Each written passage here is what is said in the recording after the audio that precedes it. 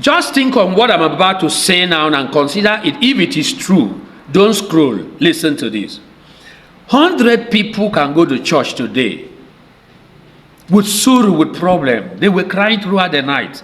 In fact, the whole last month, the whole last year, they've been crying. For 20 years, they've been crying for a particular thing, but today they are going to church, thinking that as they go to church, that there is going to be a degree of freedom, that they can come back with laughter. But they go there. About 99% of the people that have gone to church return back with that same sorrow. Or the moment they leave the church, even inside the church, because of the kind of message going on, they are still meditating on the problems that they have brought into the church. Thinking, how can they come to me and bring a solution to my problem? I'm tired. And they cannot have solution. Why? Listen now. We believe so much in prayer instead of believing in what God says concerning our situation. I don't know how I can say this loud enough. The Bible says in the book of Samuel that obedience is better than sacrifice. That means the word of God in the book of Leviticus chapter 9 verse number 6 is the only thing that we are supposed to meditate upon. We pay attention to find out the true contents of that message so that we can use it to come out of the problem. A pastor does not have solution to your problem except God gives him. There is no witch doctor, there is no witchcraft, there is nothing that has a solution to your problem except God has permitted them. The only person that has a solution to your problem is Jesus himself. Leviticus 9:6 says something that if you like, forget. If you don't like, but the solution to your problem is in there. It says, Moses said to the children of Israel, this is what God has said that you should do so that his glory will appear to you. Did you hear that? God said there is something you have to do so that what you desire will come to pass. And he says in the book of James chapter 2, he said that faith without work is dead. When you hear the message, there is something you must do for liberation. Go to Revelation.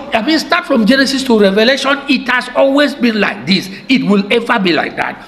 There is something you must do, brother, sister, for God to act on your situation. Because the book of Hebrews chapter 4 verse 12 says that the word that God speaks is alive and active. So when God tells you kneel down, you kneel at the command of God. I want to close with this scripture. Peter was suffering like every one of us. We are looking for liberation, money, this.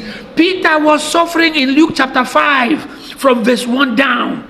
But Jesus showed up. What is Jesus? The Word. Jesus showed up with Peter. When Jesus got to Peter, Jesus said to Peter, give me your boat. He demanded something from Peter. Give me your boat. Let me use it to preach the gospel. After Jesus finished preaching the gospel, he turned back to Peter and said, launch into the deep again. Lay down the net for a draught. Peter argued.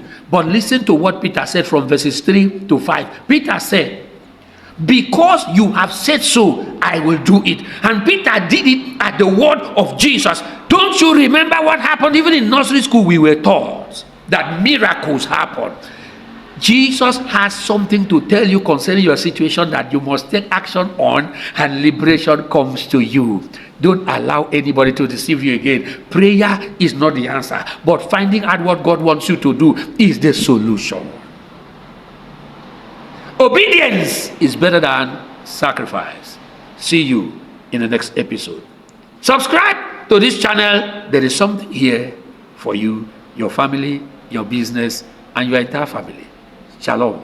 Evangelist Sia is my name. If this message blesses you, subscribe to The Voice TV and turn on notifications so that you will not miss all the blessings that God is going to use his word to bless his people. For this is a different channel altogether from whatever you have listed. For every man has a calling and a ministry to go to the world to offer to the people of God. I am sent specially as the voice of Jesus.